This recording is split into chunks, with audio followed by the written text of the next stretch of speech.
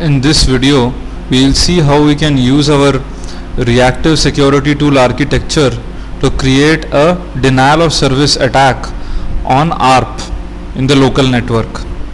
What this tool will do is that it will sniff for ARP requests which are passing by on the Ethernet network and reply with a spoofed MAC address to all these ARP requests. So by sending out a spoofed ARP reply to a legitimate ARP request, the Arp Dos tool actually poisons the ARP cache of the remote machine making the ARP request. Let's look at the tool now. Let's go to the main function. One input which we are taking in here is the interface through which the sniffer as well as the injection tool should work. Rest of the stuff in main is similar to the previous programs which we've discussed in this section. We have the same message queue, same create message. Once again we create the sniffer thread, then the injector thread, pass them the message queue as argument, and then wait for both these threads to exit, and after that destroy the message queue. Now one small important thing in this example is that we have changed the data portion of the message which is sent through the message queue. Let's have a look at that.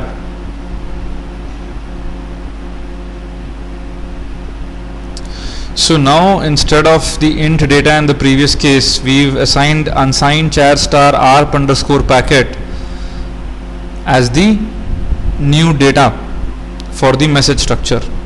What this actually contains is the memory location of the ARP packet which was received from the network. Apart from that, the whole IPC mechanism remains the same. Let's sort of go back. The send raw packet and the bind socket to interface and create socket, raw socket, have been discussed numerous times.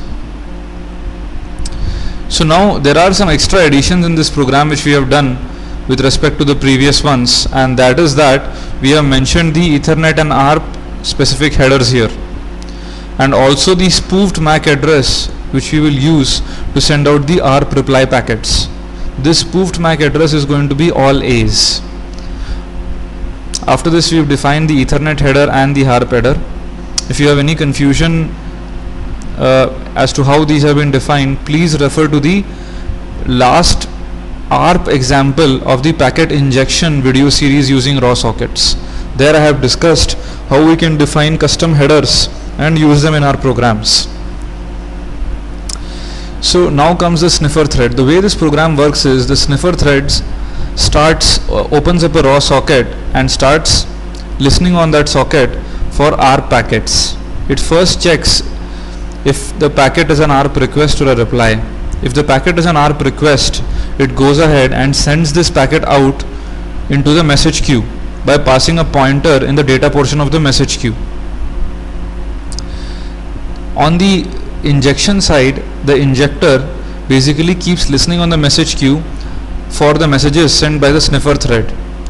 The injector picks up the message, takes out the pointer to the ARP request packet which the sniffer sent, and then modifies the field accordingly to generate an spoofed ARP reply using the all A MAC address, and then sends this out onto the network. Our sniffer will at the maximum take in 5 ARP request packets and after that exit. We could actually make it go on indefinitely forever, but because it's a proof of concept, we limit the number of packets to 5.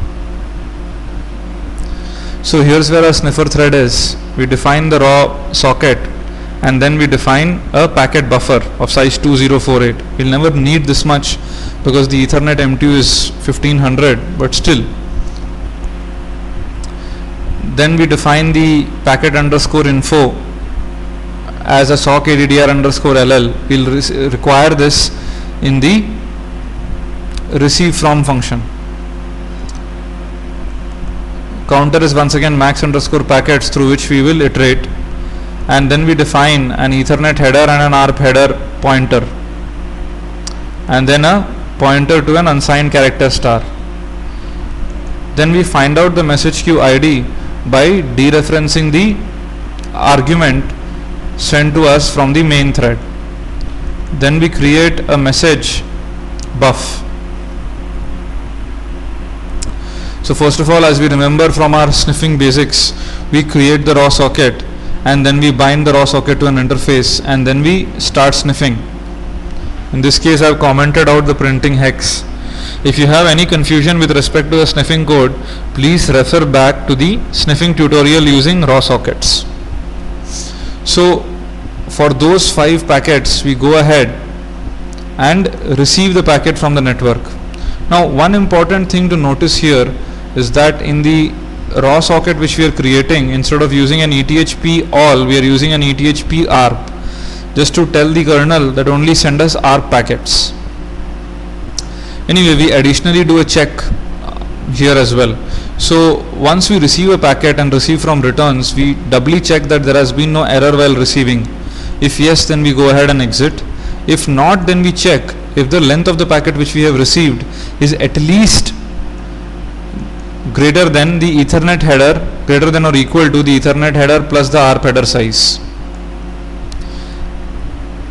If so, then we've received a packet successfully.